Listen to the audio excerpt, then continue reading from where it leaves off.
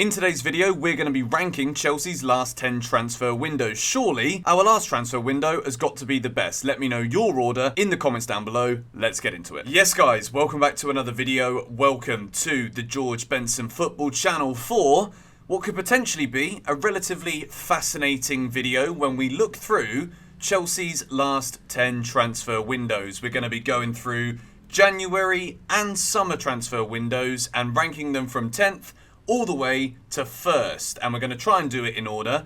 Obviously, some of you might already be thinking in your head, some windows we didn't sign anybody and we didn't sell anybody. We're going to take a look at the league positions and the state of the club at the moment in which those windows came about, and that should hopefully give us a ranking from 10th all the way up to 1st. There's no point hanging about. We're on the way to 250,000 subscribers, so make sure you are subscribed to GBFC, and if you like these ranking videos, why not give me a like? I've got another one that I'm going to release tomorrow that is also relatively fascinating, so make sure you've got those bell notifications on. And we begin with the window that I have put in 10th place, which is the worst window, apparently.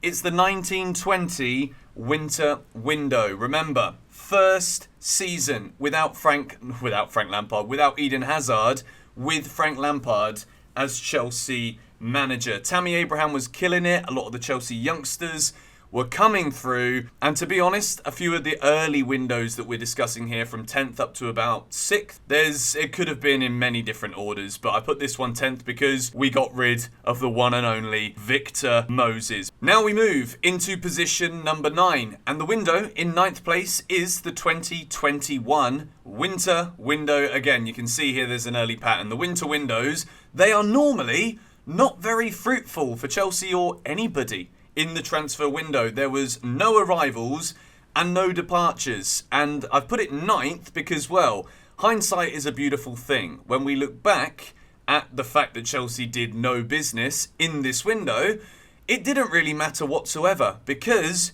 during January, we did have a departure. It was Frank Lampard. And we did have an arrival.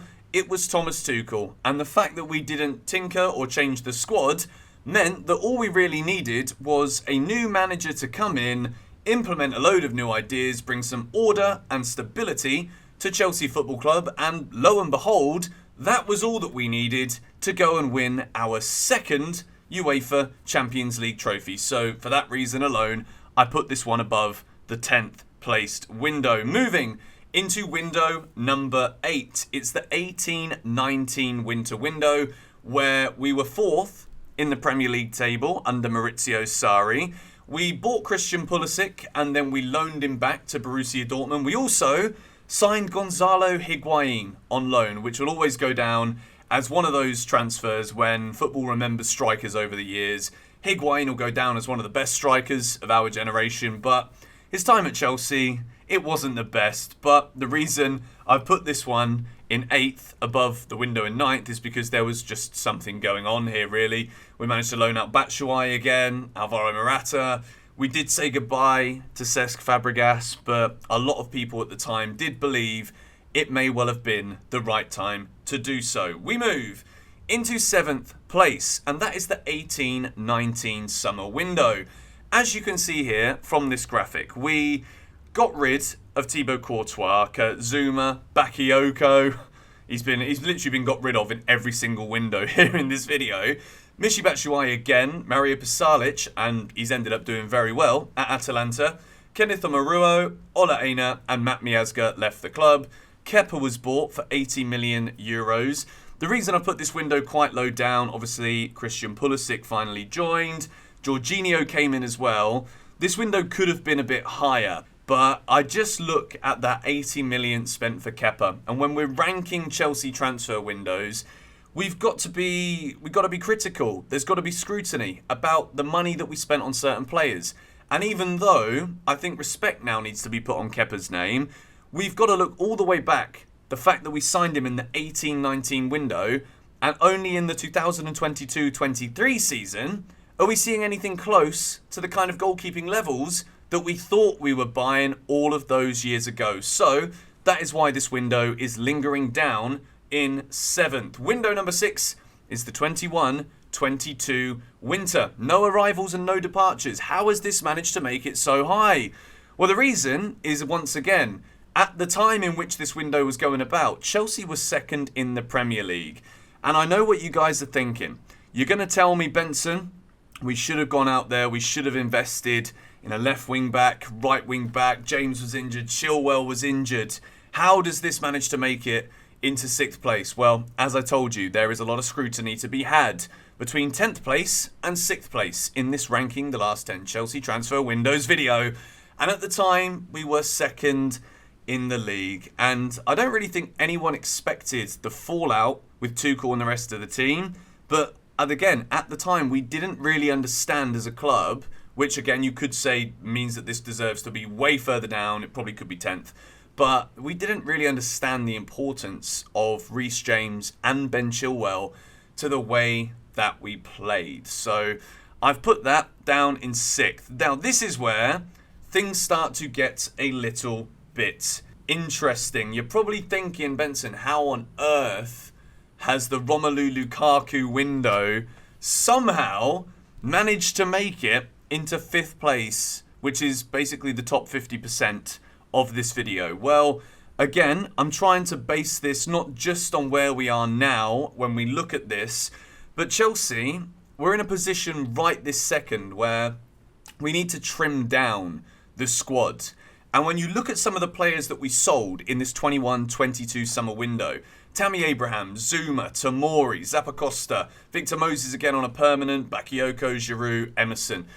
All of these players are players who, in my opinion, if they were in this Chelsea squad now, just wouldn't cut it at all, apart from maybe Tammy Abraham and Fikayo Tomori. But again, when we look at the amount of money that we have spent in recent windows, Chelsea needed a window like this one where we do make 125 million euros in sales.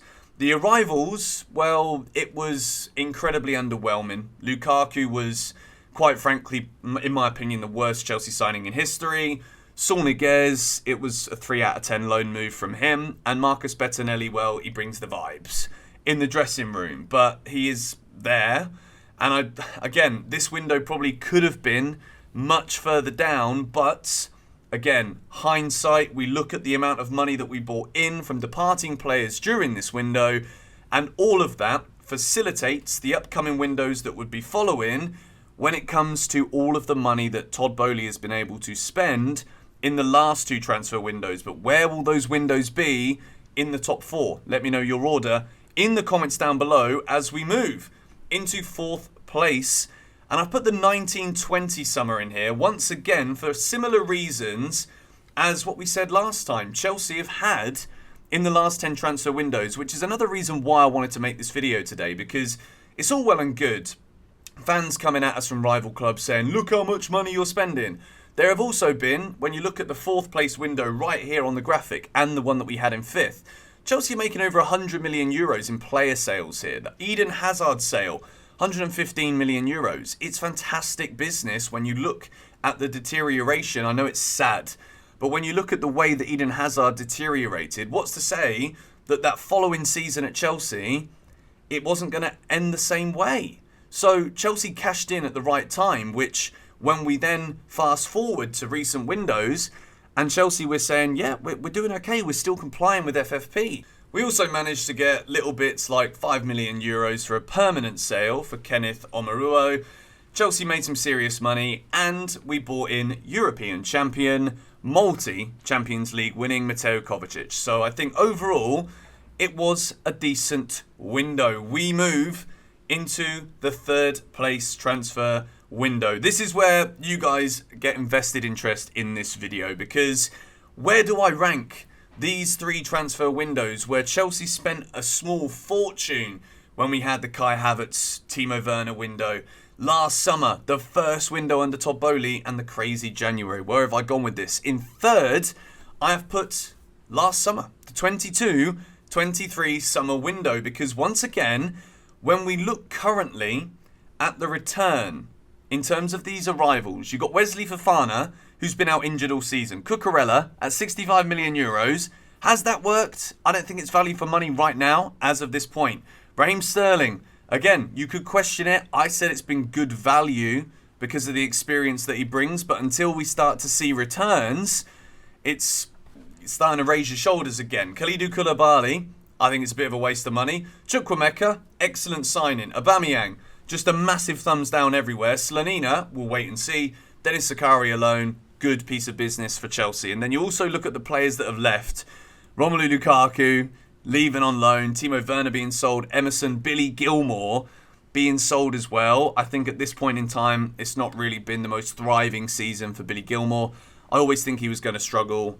And I think now, if he'd have still been at Chelsea and we didn't sell him last summer, you'd look at Enzo Fernandez coming in and you'd have just thought, well, there's nothing here for Billy to be seen as having a chance. Malang Sarr out on loan, Batshuayi gone, and Kennedy also gone. So the 22-23 summer window, it still remains to be seen if I will look like an idiot in this video in the future. Because if the likes of Wesley Fofana becomes the centre-back, as my speaker just decides to randomly turn itself off, if Fofana becomes the defender that we think he could be, if Cucurella becomes that top quality left-back that we saw him as at Brighton and Hove Albion, then this window last summer immediately becomes better. But moving into the second placed window, this is the second best, in my opinion, transfer window that Chelsea have had in the last 10 transfer windows, the 2021 summer. We sold Alvaro Morata. We permanently sold Mario Pasalic for a much bigger fee than the loan fees that we commanded earlier in this video. And we sold Nathan as well. Does anyone ever remember that he played for Chelsea? Did he ever play for Chelsea? Let me know in the comments down below. We signed Kai Havertz. Yet to be seen if that's going to work out as a good deal or not, but he did score that goal, which I have taken into consideration here. Edouard Mendy is also in there as well. Ziyech, Ben Chilwell, you guys know I love Benjamin bloody Chilwell. And the man who is sat behind me right now, Thiago Silva. And Thiago Silva was the reason why I have put this transfer window so high in this ranking list. Because Thiago Silva, I don't think you can quantify just how much of a massive impact this player has had at Chelsea Football Club. The fact that we are still talking that he might stay at the club until he's 40 years old is testament to just how brilliant he is. And when you look across the fees that were spent, we spent nearly 250 million euros in this window. He's the cheapest player of them all. Okay, Malang Sarr's the cheapest because his wages were significantly lower than Silva, but let's not beat around the bush here. And we also made 56 million back. So, as we wrap this up here, the best transfer window that Chelsea have had in the last 10 years, and I would argue maybe the best transfer window that Chelsea have ever had.